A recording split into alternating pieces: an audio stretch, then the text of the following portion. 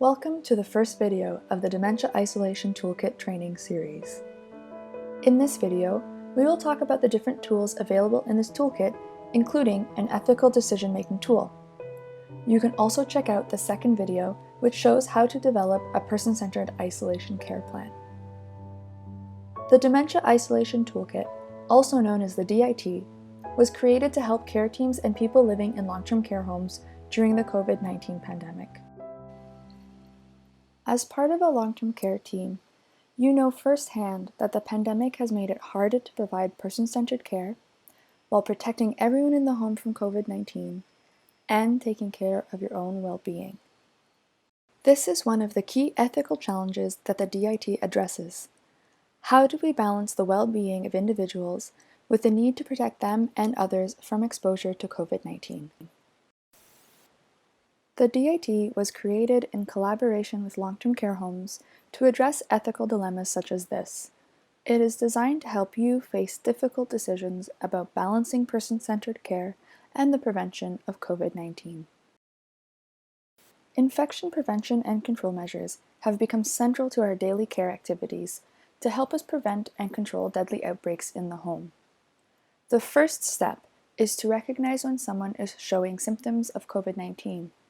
This is tricky because for people living in long-term care, the symptoms of COVID-19 are often different than what we expect. Some people with dementia infected with COVID-19 can have no symptoms or mild symptoms, or they can have changes in behavior such as delirium. Infection control measures are important, but they can be difficult to put into practice. They may have a negative impact on the well-being of people living in long-term care, including those with dementia, who may need to be isolated to their rooms. Being isolated to one's room and separated from social connections can cause emotional distress and changes in behavior in response to this distress. Because of this, care teams are often faced with difficult decisions when using infection control measures such as isolation. There often isn't one right answer or choice. For care teams, this can be emotional and stressful. We know that we need infection prevention and control measures such as isolation. The question is, how can we do it safely and compassionately, and while protecting everyone's physical and emotional well-being? The DIT offers several ethical tools to help you find this balance, including the Ethical Guidance Tool, an Ethical Decision-Making Tool, and communication tools. Making difficult decisions can have an impact on your own well-being, especially when you feel like you have few choices or those choices go against your personal values. For example, having to refuse visitors or prevent people from leaving their rooms or the home. You may know what decision feels right for you, but because of policies or lack of resources, you are prevented from making those decisions.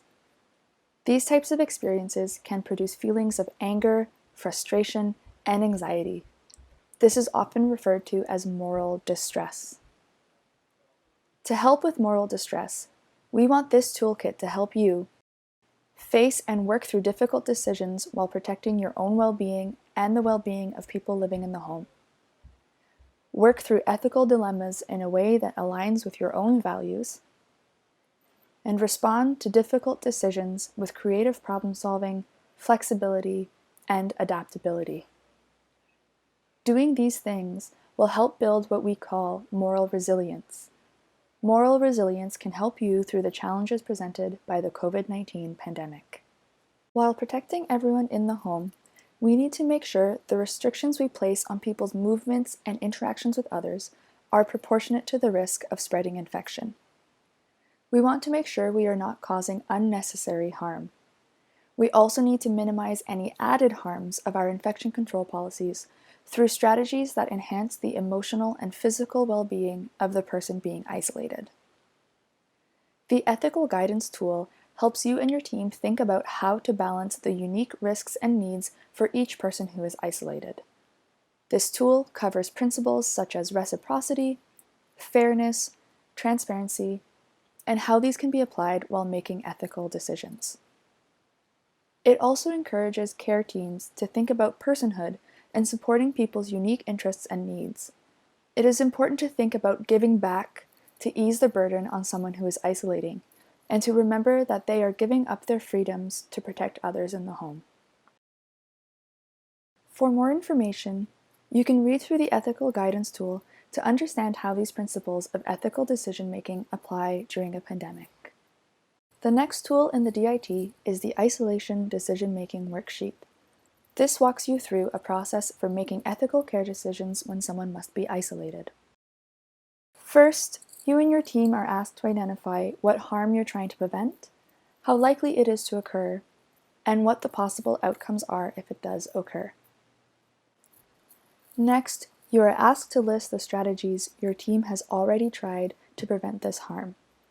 This includes information about the risks and benefits to the individual themselves, as well as how effective these strategies have been so far.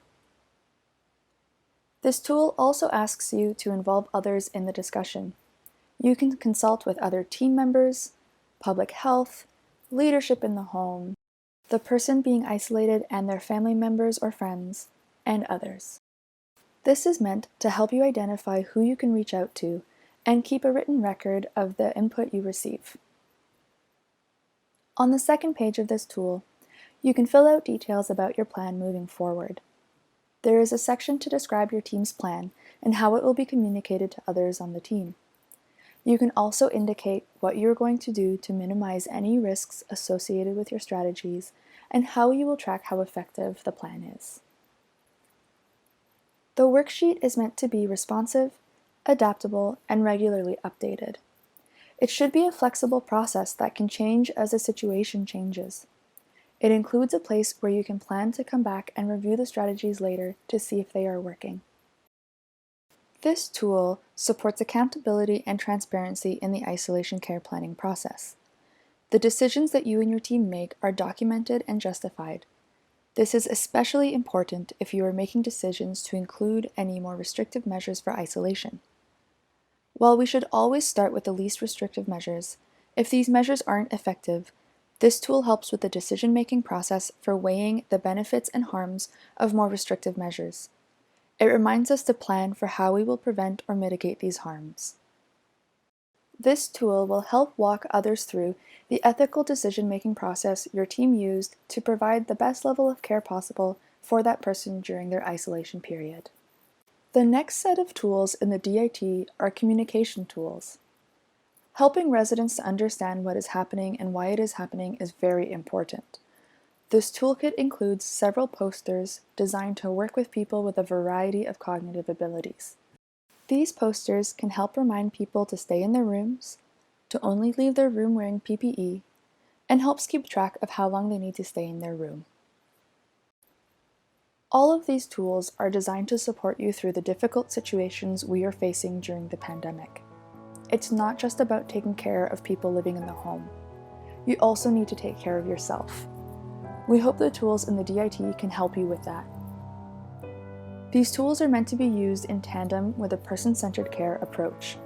Please see the second DIT video for more information on how to keep person-centered care in mind so that isolation care is compassionate and supports residents' unique needs. Thank you for taking the time to learn about the tools in the Dementia Isolation Toolkit. If you use these tools and have any feedback, please share it with us at www.dementiaisolationtoolkit.com.